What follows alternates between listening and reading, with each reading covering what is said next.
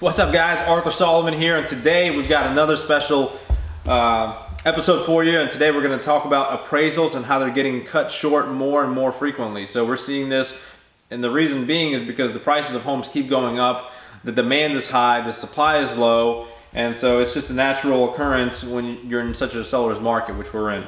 So here's a prime example of why you need a realtor to be in your corner, to fight, to get you the most money in your pocket. 1724 Rutland Avenue, Springfield, Ohio, a property that we sold. We set the comps as we're doing throughout the market. Most of our properties, we're setting the comps. We're not competing with the market, we're setting the comps. And we were able to get this property sold. I was actually able and fortunate enough to sell this property to my investor, Luis Saucedo, and his family. And they went ahead and turned this property around. They put about $50,000 into it. They bought it for $42,000 cash.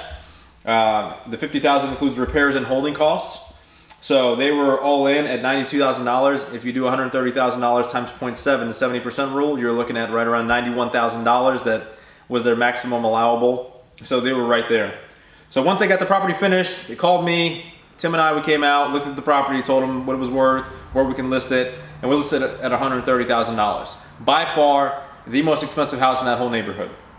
So FHA was an FHA offer that we accepted, and we went ahead and accepted that FHA offer. So the way that FHA does it is they have what's called an FHA anti-flipping rule. What that means is if the property was purchased 90 days ago or less, they can't even do the loan. So you have to wait at least 90 days. After the 90 days, if it's between 90 days to 180 days, there has to be a double appraisal done on the property. Okay, and that's because the bank wants to make sure that there's no hanky-panky, there's no things going on to where the price is significantly being increased and it's not justified. So they require a double appraisal, which is fine. So we had two appraisals done. The first one came in, full price, $130,000, no conditions. Second appraisal came in, look at that, $95,000 it came in at. So there's a $35,000 discrepancy, okay? And if you have two competent appraisers, there's no reason why you would be off by that much. There's no reason. So this is the crazy part. The appraisal management company accepted the lower of the two appraisals. So the appraisal management company says, we're gonna grant the $95,000 value to this property, which would stick with the property for 6 months if we didn't fight it out. So we went to war.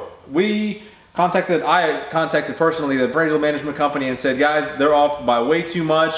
There's no way this property is worth this much. And the appraisal management company said, we will grant you a third appraisal. And the buyers had to pay for essentially 3 appraisals of $550 a piece. So add that up, that's $1,650. The third appraisal came in. We provided them with the comps. So again, we pulled all the comps. I provided a 2-page summary of itemized repairs with the dollar figure right next to it for the appraiser to see. And we were able to get the third appraisal at $130,000. So had we not done that, the deal would have fell through and the buyer would have potentially lost out on making this happen and recouping the money and going to the next project. But we were able to get our sellers $35,000 more because we were willing to go to war and provide supplemental comps and provide the itemized repair list and show up for the appraisal to walk through with the appraiser. So guys, not all realtors are the same.